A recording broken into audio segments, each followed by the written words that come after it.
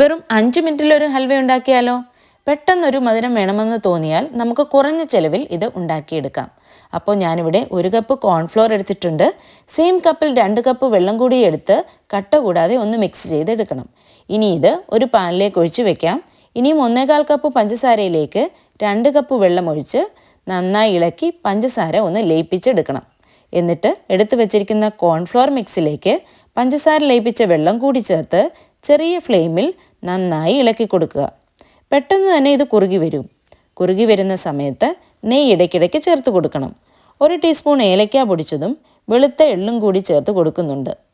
നിങ്ങൾക്ക് ഏത് നട്ട്സ് വേണമെങ്കിലും ചെറുതായി അരിഞ്ഞ് ചേർത്ത് കൊടുക്കാം. അപ്പോൾ ഇത് നന്നായി കുറുകി പാനിൽ നിന്ന് വിട്ടുവരുന്ന പരുവത്തിന് ഫ്ലെയിം ഓഫ് ചെയ്ത് ഒരു ഗ്ലാസിൻ്റെ പാത്രത്തിൽ നെയ്യ് തടവി ഹൽവ സെറ്റാവാനായി 1 മണിക്കൂർ വയ്ക്കുക. അപ്പോൾ ഹൽവ സെറ്റായി വന്നിട്ടുണ്ട്. പതിയെ ഡീമോൾഡ് ചെയ്ത് കട്ട് ചെയ്ത് സെർവ് ചെയ്യാം.